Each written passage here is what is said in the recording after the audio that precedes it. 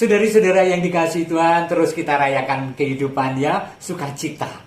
Nah, mungkin Anda sudah melihat video yang pertama, ini video yang kedua bersama Romo Budi Purnomo, Alois Budi Purnomo, yang sedang mintip-mintip menyelesaikan studi doktoratnya.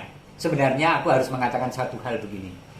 Saya mengatakan tadi pada Romo Budi, Deng, nek kowe dadi doktor kuwi mung legitimasi dengan keahlian dan kepandaianmu yang selama ini sudah kamu kamu wartakan dan menjadi manfaat bagi banyak orang. Jadi ujian nanti, gelar itu hanya legitimasi.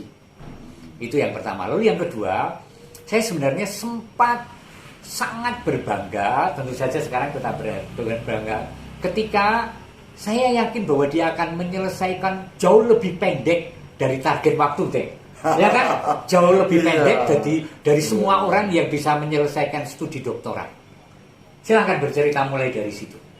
Ya kan, studi ini merupakan bagian dari perutusan, Romo. Jadi Bapak Uskup menugaskan saya di Unika sebagai pastor kepala kampus ministry tahun 2017, lalu tahun 2019 ditambah dengan tugas studi program dokter ilmu lingkungan ini. Dan ya puji Tuhan, dalam waktu 2019 sampai sekarang kan terhitung kurang lebih 2,5 tahun ya, sudah bisa selesai. Dan syukur pada Allah, itu bagian dari satu, ketaatan pada Bapak Uskup, kedua ya perutusan. Jadi kita menjalankan perutusan dengan komitmen mempersembahkan yang terbaik dalam hidup kita. Kan kita dipanggil mempersembahkan yang terbaik meskipun kita ini lemah, rapuh, ringkih, bahkan berdosa. Yang terbaik karena kita mencintai tugas pelayanan kita. Oke, tentu saja orang lalu bertanya, nanti jadi dokter apa sih spesialisasinya, gitu kan? Ya kan, tema apa yang digali dan isinya ki opo? Betul. Kalau di Unika ini program dokter ilmu lingkungan, jadi kita tahu bahwa lingkungan kita, bumi kita, seperti yang diprihatinkan banyak orang, terutama Paus Fransiskus, yang menegaskan ajaran-ajaran paus-paus sebelumnya. Bumi kita ditimpa krisis ekologi yang semakin hari bukannya semakin membaik, tapi justru memburuk. Ya. Nah, sebagai umat beriman kita dipanggil untuk merawat bumi ini sebagai rumah bersama.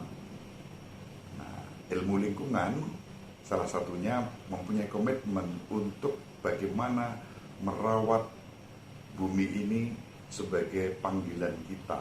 Ya, merawat bumi bukan mengeksploitasi, bukan merusak.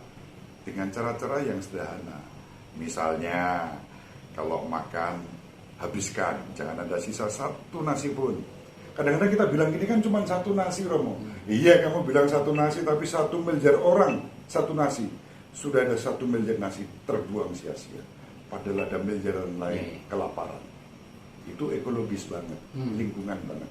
Jadi lingkungan bukannya soal tanaman, tumbuhan, ciptaan, tapi juga relasi kita dengan Tuhan, dengan sesama, dengan semesta. Itu inti dari studi saya, dan basisnya adalah ensiklik Laudato Si yang diterbitkan Paus Fransiskus tahun 2015.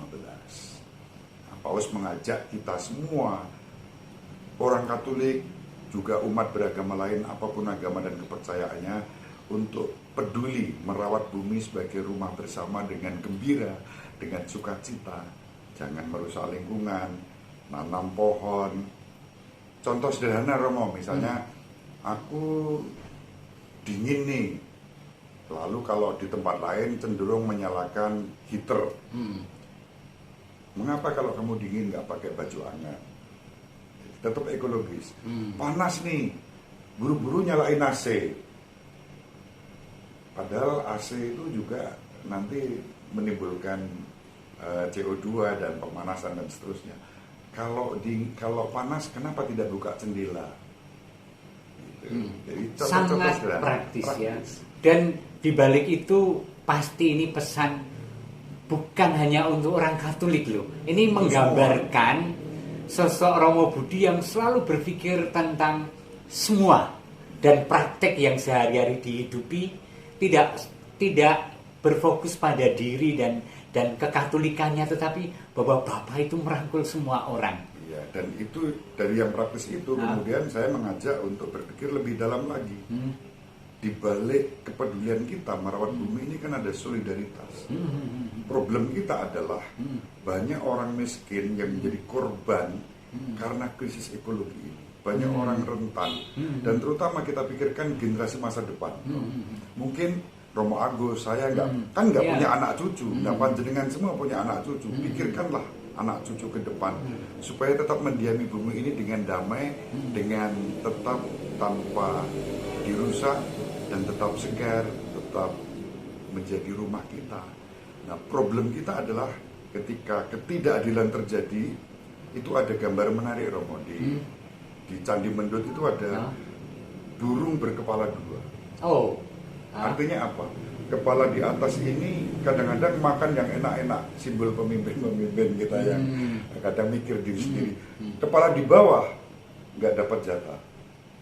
Hebatnya kepala di bawah ini nggak pernah mikir kalau gitu aku tak makan racun ya. Kalau kepala bawah ini makan racun, yang dia juga mati. Dia juga mati. Nah, solidaritas itu seperti itu. Jadi maka kesatuan antara pemimpin, antara rakyat, antara romo, antara umat, ya semua tanpa diskriminasi itu penting untuk ekologi. Iya.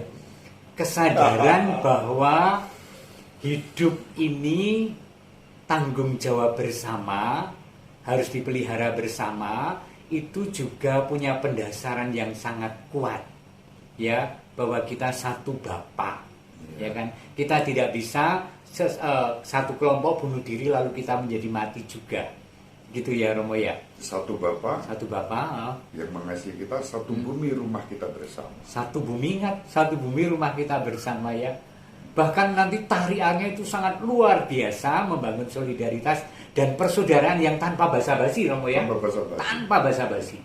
Dan saya kira pandemi COVID ini setidaknya membuka tabir bahwa kesehatan itu milik bersama.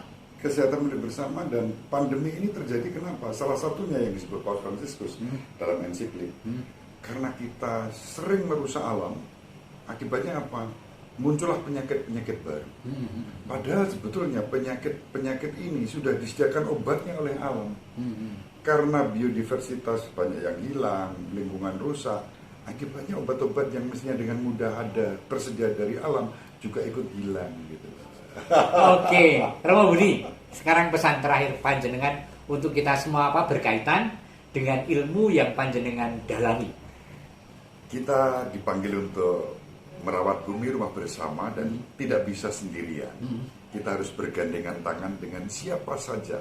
Maka tema disertasi saya adalah model kepemimpinan ekoteologis interreligius sesuai ensiklik Laudato Si, itu yang utama. Dan dari situ saya belajar dari masyarakat, para petani yang menjaga lingkungan supaya tidak dieksploitasi. Kita dipanggil untuk bersikap ramah dan peduli lingkungan dalam kerjasama dengan semua orang tanpa diskriminasi. Terima kasih Romo Budi ya. Ya, saudara-saudara, kita beruntung boleh berjumpa dengan Romo Budi Purnomo, dan saya sendiri diperkaya, dan mudah-mudahan panjenengan dan keluarga juga ya. Tuhan memberkati Anda semua dan keluarga, Bapa dan Putra dan Roh Kudus. Amin. Terima kasih. Salam sehat. Ya. Tetap semangat. Semangat dong. Bahagia. Keren.